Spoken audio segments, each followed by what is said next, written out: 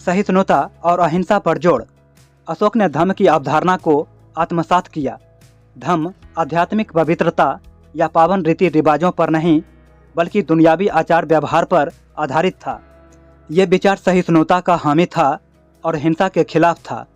रोमिला थापर कहती हैं, अशोक जिन सिद्धांतों को सबसे अधिक महत्व देते हैं उनमें पहला है विभिन्न मतांतरों का सह अस्तित्व।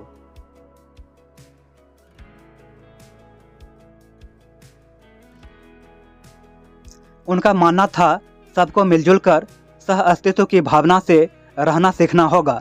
दूसरे मनुष्यों के संप्रदायों का सम्मान करना होगा, क्योंकि औरों के संप्रदायों का सम्मान करके ही तुम अपने संप्रदाय का सम्मान कर पाओगे। यह धम्म का मूल सिद्धांत है। मुझे यह दिलचस्प लगता है कि इस बात पर कितना ज़्यादा जोर दिया गया है। शायद उस समय संप्रदायों के बीच बहुत बैर भाव रहा होगा। धम्म के अनुसार प्रजा के कल्याण, उनके स्वास्थ्य और सुख के बारे में सोचना और इस दिशा में काम करना शासक का कर्तव्य है। राजा का यह भी फर्ज है कि वो सड़क के किनारे बरगद या आम के पेड़ लगवाएं और यात्रियों के लिए भोजन और विश्राम का प्रबंध करें। अशोक के सबसे प्रभावशाली विचार 12वें शिलालेख में है, जिसमें धार्मिक सहिष्णुता पर जोर दिया गया है। अशोक इसे वाक संयम कहते हैं। शिलालेख में लिखा है, जो कोई अपने धर्म में अतिशय भक्ति के कारण उसका गुणगान करता है और अन्य धर्मों की निंदा करता है, वो अपने धर्म को ही हानि पहुंचाता है। इसलिए विभिन्न धर्मों के बीच मेलजोल होना चाहिए। सभी को दूसरों के विचारों को सुनना चाहिए और उनका सम्मान करना चाहिए।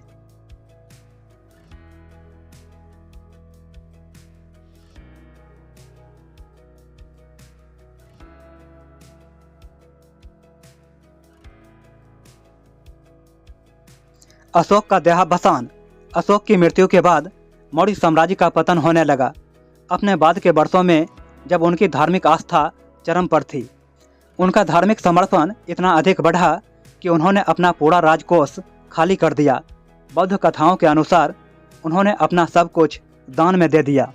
ली रंगजी अपनी किताब the great Thang dynasty record of the western region में लिखते हैं, जब अशोक बीमार थे और अपनी मृत्यु शैया पर थे, उनको पता था कि वो अब जीवित नहीं बचेंगे। वो अपने सारे रत्न और जवाहरात अच्छे कामों के लिए दान देना चाहते थे, लेकिन तब तक उनके मंत्री सत्ता पर काबिज हो चुके थे। उन्होंने उन्हें वो कुछ भी नहीं करने दिया जो वो चाहते थे। सन 232 ईसा पूर्व में अशोक का देहावसान हो गया।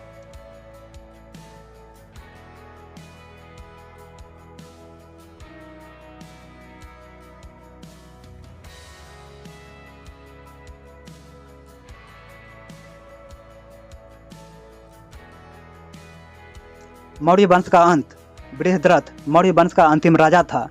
सन 181 से 180 ईसा पूर्व में उसके सेनापति पुष्यमित्र ने ही उसकी हत्या कर दी थी। उसने बाद में शुंग वंश की स्थापना की। मौर्य वंश कुल 137 वर्षों तक चला। रोमिला थापर लिखती हैं, दूसरे राजवंशों जैसे हान और रोमन की तुलना में मौर्य वंश बहुत कम समय के लिए था। इसका उदय चंद्रगुप्त मौर्य की जीत के साथ हुआ था।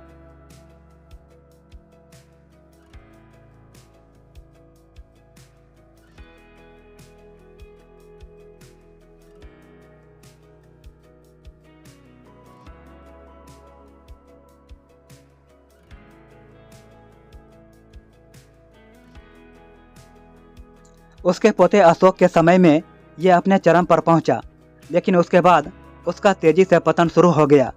अशोक के बेटे और पोते अपने दादा और परदादा की क्षमता और स्तर के नहीं थे। उनका शासन भी बहुत थोड़े समय के लिए था। अशोक का पूरा साम्राज्य उसके कई दावेदारों के बीच विभाजित हो गया। उनमें अपने बाप दादा की तरह लेखन क्षमता भी नहीं थी। अशोक की तरह उन्होंने कोई शिलालेख नहीं छोड़ा।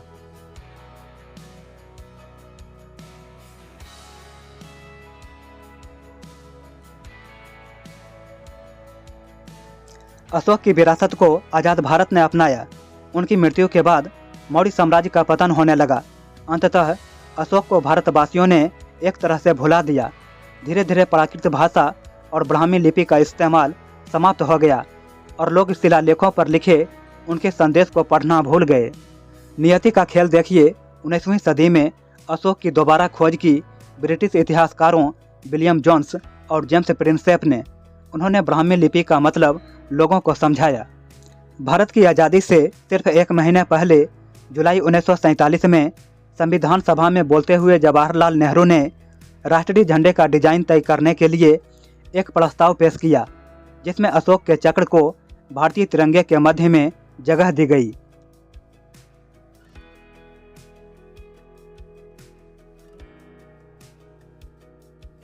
उन्होंने कहा, मुझे इस बात की बहुत खुशी है कि हमने न सिर्फ इस झंडे से अशोक के इस प्रतीक ही नहीं बल्कि उनको भी जोड़ा है जो भारत ही नहीं विश्व इतिहास की महत्वपूर्ण हस्ती थे। भारतीय लोगों के लिए अशोक इतना प्रेरणादायी व्यक्तित्व था कि भारत के पहले प्रधानमंत्री जवाहरलाल नेहरू ने अशोक को कमोबेश नए राष्ट्र के संरक्षक संत का दर्जा दे डाला। अशोक के 4 सिंह न सिर्फ भारतीय डाक टिकटों पर अंकित है बल्कि भारत का यह राजकीय चिन्ह संपूर्ण भारतीय जीवन का अभिन्न प्रतीक चिन्ह बन गया है।